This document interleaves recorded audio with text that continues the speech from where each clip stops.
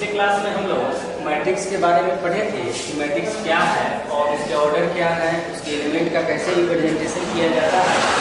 आज हम लोग टाइप ऑफ मैट्रिक्स के बारे में पढ़ेंगे। तो यहाँ से हम लोग स्टार्ट करते हैं टाइप ऑफ मैट्रिक्स। इसमें पहला है रो मैट्रिक्स।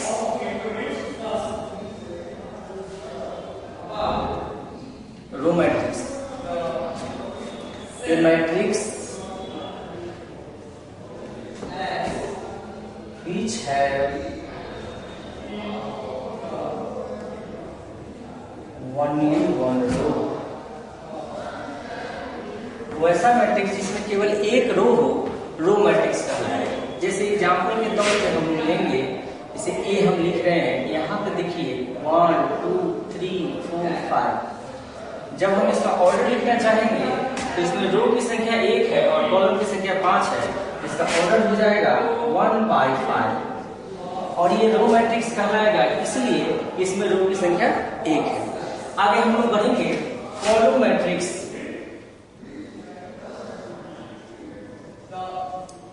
कॉलम मैट्रिक्स ये क्या है?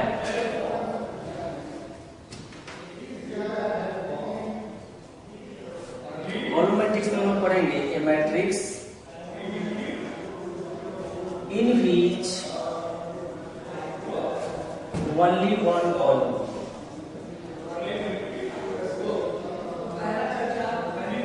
वैसा मैट्रिक्स इसमें एक कॉलम हो, कॉलम मैट्रिक्स कहलाता है। जैसे आप देख सकते हैं 1 2 3, इसमें रो की संख्या 3 है, कॉलम की संख्या 1 है। इसका ऑर्डर हो जाएगा, पहले रो लिखते हैं फिर कॉलम लिखते हैं, तो 3/1।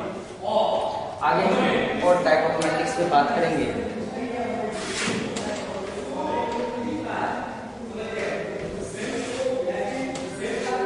एक होता है जीरो मैट्रिक्स या नल मैट्रिक्स। जीरो मैट्रिक्स या null matrix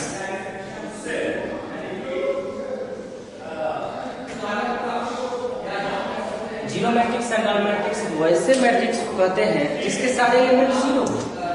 A matrix is said to be null या zero matrix if all elements of given matrix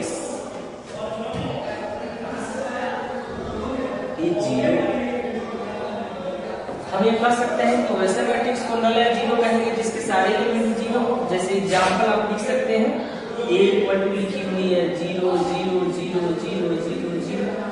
आप देख लें रो के या कॉलम के कोई भी एलिमेंट इसका जीरो के अलावा दूसरा नहीं है, तो वैसा जिसमें सारे एलिमेंट ऐसे हो सकते हैं। b = 0 0, ये भी हो सकता है।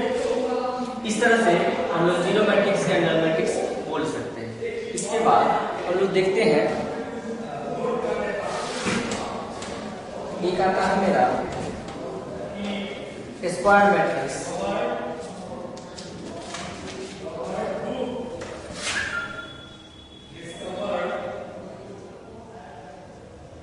स्क्वायर मैट्रिक्स तो स्क्वायर मैट्रिक्स किसे कहते हैं? ये मैट्रिक्स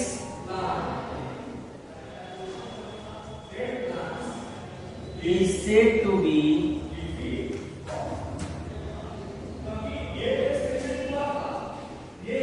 square matrix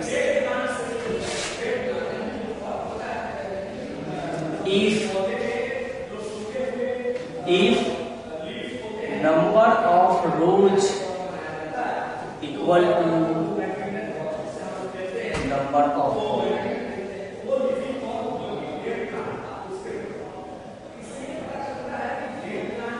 वैसे मैट्रिक्स को स्क्वायर मैट्रिक्स कहेंगे जिसमें रो की संख्या और कॉलम की संख्या हमेशा सेम हो, उसको स्क्वायर मैट्रिक्स कहेंगे। जैसे कि यहाँ पे लिखी हुई है आपका 1 2 3 4। आप इसमें रो देखो, 1 रो 2 रो 1 कॉलम 2 कॉलम। यहाँ रो भी 2 है, कॉलम भी 2 है, तो इसको हम लोग 2x2 ऑर्डर लिखेंगे और बोलेंगे यह 2 ऑर्डर का स्क्वायर मैट्रिक्स है। इसी तरह से अगर हमारे पास लिखी गई है ऐसा 1 2 3 4 5 6 7 2 1, इसमें जब हम लोग देखते हैं तो हम लोग देखते हैं कि इसमें एक रो, दूसरा रो, तीसरा रो की संख्या 3 है, first column, second column, third column, 3 को कॉलम है, 3 को रो है, तो ये भी मेरा स्क्वायर मैट्रिक्स होगा क्योंकि इसमें रो और कॉलम दोनों के दोनों सेम है। इसके ऑर्डर हम बोलेंगे 3/3। ठीक है, इसी में एक टर्म आता है, इसमें हम लोग कहेंगे diagonal element of square matrix. Diagonal element of square matrix क्या है, इस चीज को थोड़ा सा हम लोग समझते हैं। जैसे सपोज कीजिए कि एक मैट्रिक्स हम सपोज कर रहे हैं अपने मन से A B C D E F G H I, तो इसमें 3 रो है और 3 कॉलम है, इसको हम बोलते हैं डायगोनल एलिमेंट, या इसी का नाम है लीडिंग डायगोनल या प्रिंसिपल डायगोनल। हम ये नहीं लेते हैं क्योंकि मैट्रिक्स में इसी तरह से माना गया है, तो हम लोगों को उसी तरह से डिफाइन करके सिस्टम को पढ़ना है। कह सकते हैं ना आप कि सर यहाँ एक ये भी है, एक ये भी है, तो हमको डायगोनल है, लेकिन यही माना गया है तो हमको यही लेके काम करना है। इसको बोलेंगे हम लोग, इसको बोला जाएगा लीडिंग डायगोनल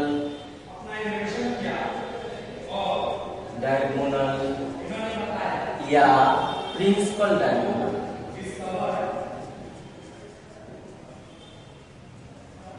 ठीक है, इस चीज को हमको समझना है कि स्क्वायर, और जब भी डायगोनल एलिमेंट की बात किया जाएगा तो उसको स्क्वायर मैट्रिक्स होना अनिवार्य है। इस केस में हम लेते हैं, एक होता है ट्रेस ऑफ मैट्रिक्स, कभी कभी इसकी जरूरत पड़ेगी, ट्रेस ऑफ मैट्रिक्स। ये क्या होता है? कुछ नहीं, ये होता है sum of diagonal elements. Diagonal elements जो भी आएंगे स्क्वायर मैट्रिक्स के, sum of diagonal elements of square matrix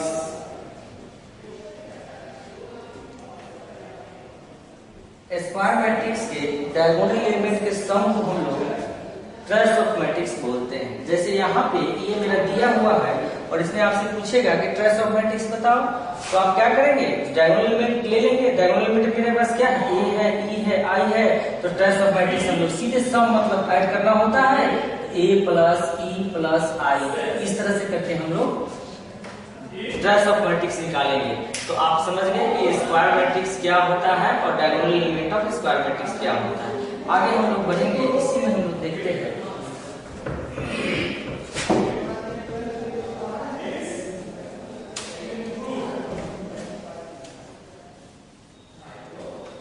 एक होता है diagonal matrix.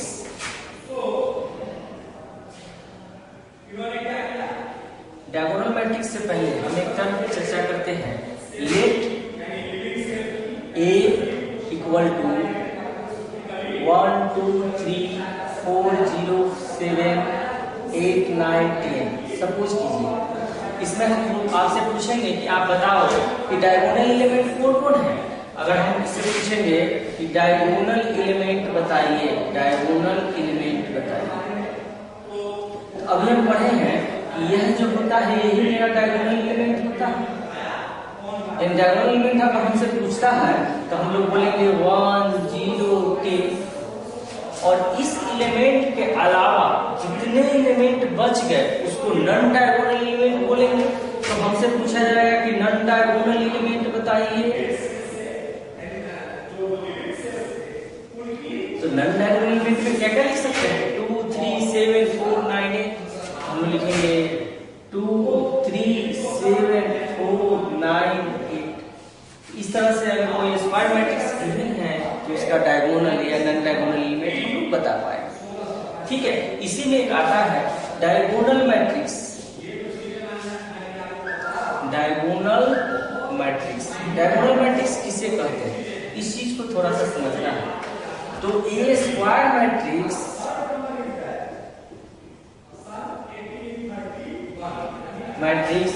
is said to be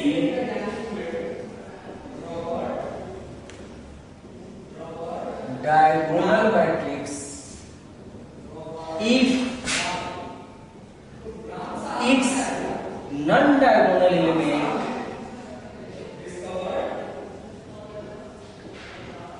elements are zero,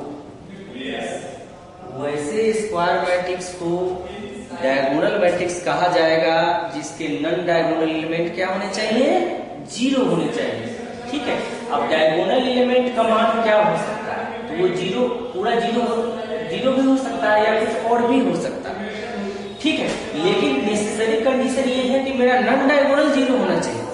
इस बात को हमको ध्यान रखना है। जैसे कि एक मैट्रिक्स लिखी गई है A इक्वल टू 2 0 0 0 5 0 0 0 से मान लीजिए लिखा हुआ, तो आप क्या देख रहे हैं कि ये डायगोनल एलिमेंट के अलावा बाकी सारे एलिमेंट मेरे पास जीरो है। और दूसरा स्क्वायर मैट्रिक्स तो होना ही चाहिए, यानी डायगोनल मैट्रिक्स को स्क्वायर मैट्रिक्स होना अनिवार्य है।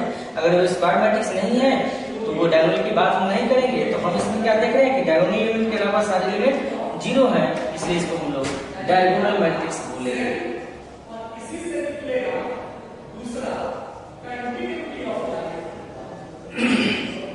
दूसरी बात, इसको रिप्रेजेंट करने का एक टेक्निक भी होता है कि हम लोग लिख सकते हैं A इक्वल टू DIAG, और जो भी हमारे पास डायगोनल एलिमेंट है उसको लिख दीजिए 2 5 7। ये वही रिप्रेजेंट करता है जो ऊपर रिप्रेजेंट करता है, मतलब हम इस सिस्टम को ऐसे भी लिख सकते हैं। यानी कि DIAG 257 का मतलब हो गया कि एक ऐसा मैट्रिक्स, ऐसा स्क्वायर मैट्रिक्स है इसका डायगोनल एलिमेंट 257 है और बाकी सारे एलिमेंट जीरो है। यानी कि हम लोग ऐसे भी लिख सकते हैं इसको 2 0 0 0 5 0 0 0 से, इस तरह से भी हम लोग काम कर सकते हैं। तो हम लोग अभी पढ़े डायगोनल मैट्रिक्स क्या होता है, आगे हम लोग अभी तुरंत पढ़ेंगे स्केलर मैट्रिक्स क्या होता है।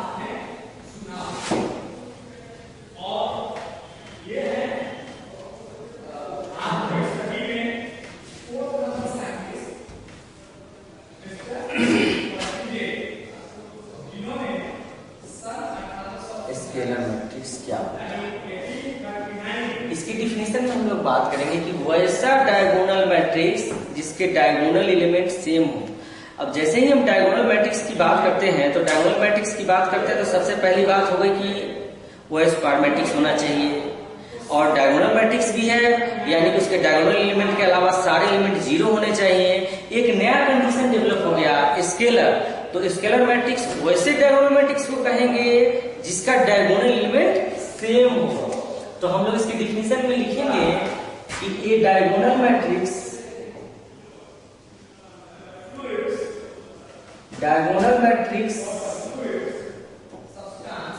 is said to be a scalar matrix if its diagonal element are same। यानी कि सबसे पहला कि स्केलर मैट्रिक्स होना है तो उसको स्क्वायर भी होना पड़ेगा, उसको डायगोनल भी होना पड़ेगा, लेकिन इसमें एक विशेष कंडीशन डेवलप हो गया कि उसका डायगोनल एलिमेंट सेम होना चाहिए। अब हम किसी भी स्केलर मैट्रिक्स को डायगोनल मैट्रिक्स भी बोल सकते हैं, स्क्वायर मैट्रिक्स भी बोल सकते हैं, लेकिन स्क्वायर मैट्रिक्स या डायगोनल मैट्रिक्स तो जरूरी नहीं है कि स्केलर मैट्रिक्स कहा ही जाए। तो इस चीज को हमको ध्यान देना है। तो स्केलर मैट्रिक्स कैसा होना चाहिए, सपोज कीजिए ऐसा है तो हम A 0 0 0 A 0 0 0 A ऐसा हम लिख सकते हैं। हम क्या कर रहे हैं, डायगोनल एलिमेंट को सेम कर रहे हैं। अगर डायगोनल एलिमेंट सेम नहीं रहेगा तो स्केलर मैट्रिक्स नहीं कहलाएगा। इसी तरह से आगे हम लोग और एक एग्जाम्पल ले लीजिए, B इक्वल टू 2 0 0 2, ये भी मेरा एक स्केलर मैट्रिक्स, ये भी मेरा एक स्केलर मैट्रिक्स। इसका ऑर्डर मेरा होना चाहिए 3/3, इसका ऑर्डर मेरा होना चाहिए। तो हम इस चीज को ध्यान रखेंगे। इसमें क्या होता है, एक होता है यूनिट मैट्रिक्स या कभी कभी इसको आइडेंटिटी मैट्रिक्स भी बोलते हैं। आइडेंटिटी मैट्रिक्स किससे कहते हैं, तो सबसे पहले यूनिट मैट्रिक्स या आइडेंटिटी मैट्रिक्स लिखने के लिए उसको स्केलर मैट्रिक्स होना जरूरी है। हम लोग बोल सकते हैं ये स्केलर मैट्रिक्स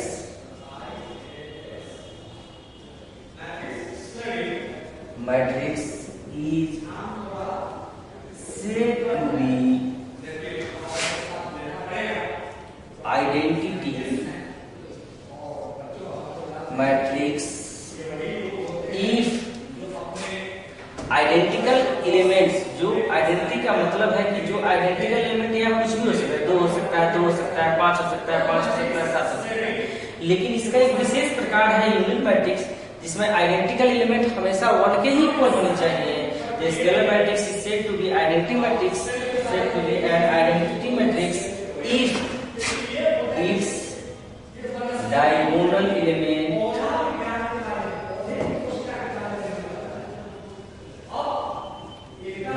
1। इसका diagonal element अगर 1 हो जाए, वैसा स्केलर मैट्रिक्स इसका diagonal element 1 हो जाए तो उसको हम लोग यूनिट मैट्रिक्स बोलेंगे। इसको हम लोग जनरली I से रिप्रेजेंट करते हैं।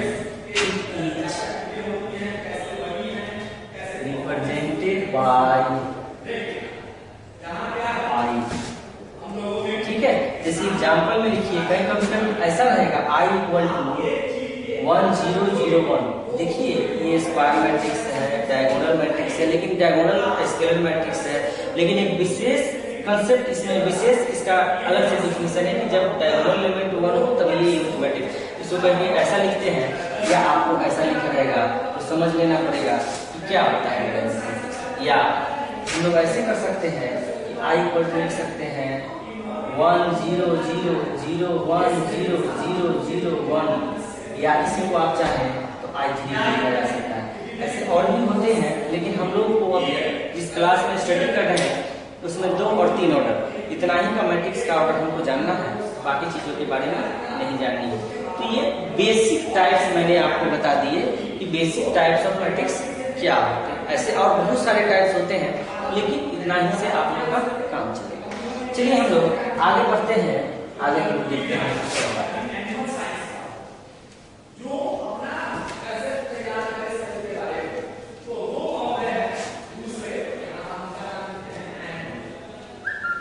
अब हम लोग बात करेंगे इक्विवेलेंट मैट्रिक्स। इक्विवेलेंट मैट्रिक्स किसे कहते हैं? 2 matrix A and B are said to be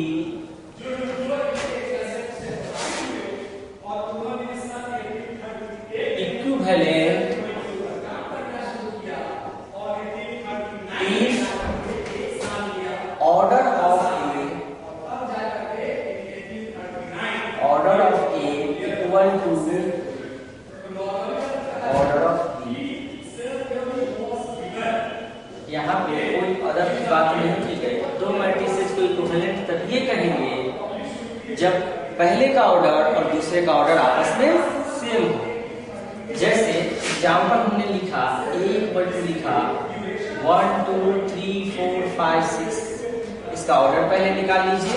तो ऑर्डर क्या होता है? Number of row by number of column होता है। तो रो की संख्या 2 है, कॉलम की संख्या 3 है, तो हम यहाँ लिखेंगे 2/3। ठीक है। दूसरा मैट्रिक्स हम अपने मन से बना लेते हैं 1 0 3 2 7 9।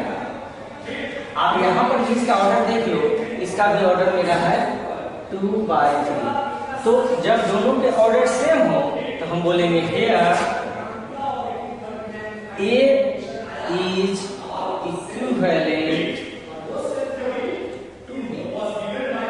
ठीक है। इक्विवेलेंट के लिए कुछ नहीं देखना है, हमको ये ध्यान रखना है कि दोनों के ऑर्डर सेम होते हैं कि नहीं होते। बाकी चीजों पे हम लोग विशेष बात करेंगे। अब तीसरा इसमें आता है इक्वल मैट्रिक्स। इक्वल मैट्रिक्स किसे कहते हैं? इक्वल मैट्रिक्स तो हम लोग इस पर बात करेंगे। 2 matrix A and B are said to be equivalent equal, said to be equal if पहला condition their order are same,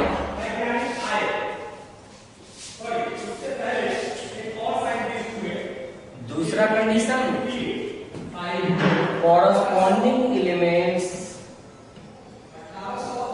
corresponding elements of both matrix are also same। Equivalent में और इक्वल में हमको ये समझना है कि दोनों में डिफरेंस क्या है। तो दो मैट्रिसेस को इक्वल कहेंगे अगर उसके ऑर्डर सेम हो और कॉरेस्पॉन्डिंग एलिमेंट भी मेरा सेम होना चाहिए। कॉरेस्पॉन्डिंग एलिमेंट का मतलब क्या होता है, इस चीज को समझिए, इसको थोड़ा सा हम क्लियर करते हैं।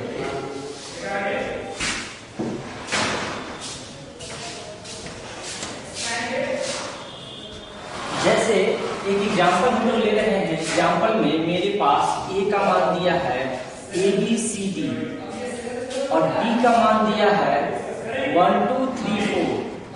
तो A और B का सबसे पहले हम चेक करेंगे तो ऑर्डर तो हमको सेम दिख रहा है कि AB 2/2 ऑर्डर है और AB 2/2 ऑर्डर है। लेकिन इक्वल होने का कंडीशन जब देखेंगे तो कॉरेस्पॉन्डिंग एलिमेंट का मतलब इस पोजीशन का जो एलिमेंट है और इस पोजीशन का जो एलिमेंट है सेम होना चाहिए। यानी कि पहले मैट्रिक्स में सेम पोजीशन वाला एलिमेंट दूसरे मैट्रिक्स में उसी पोजीशन वाले एलिमेंट के अगर सेम हो तब वो इक्वल मैट्रिक्स कहलाएगा, नहीं तो इक्वल मैट्रिक्स नहीं कहलाएगा। तो यहाँ पर इसका पोजीशन कितना है, A11 है और इसका पोजीशन भी A11 है। तो अगर इस दोनों को इक्वल करना होगा तो A11 वाले पोजीशन और A11 वाले पोजीशन के एलिमेंट को सेम होना होगा।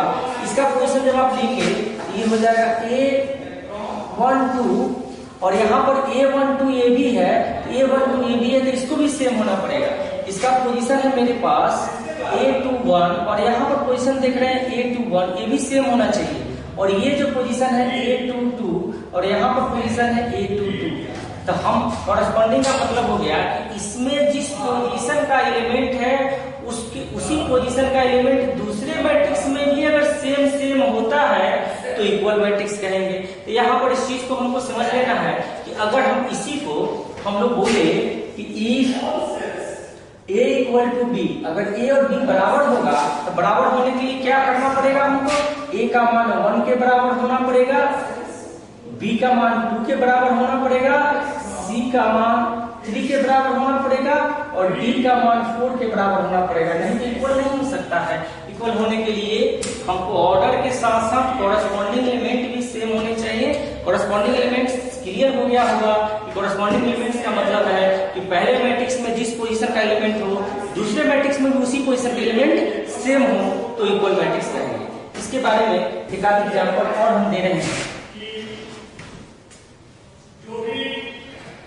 जैसा एक मैट्रिक्स लिखा हुआ है, ये लिख दिया है x plus Y plus Z, y plus Z x।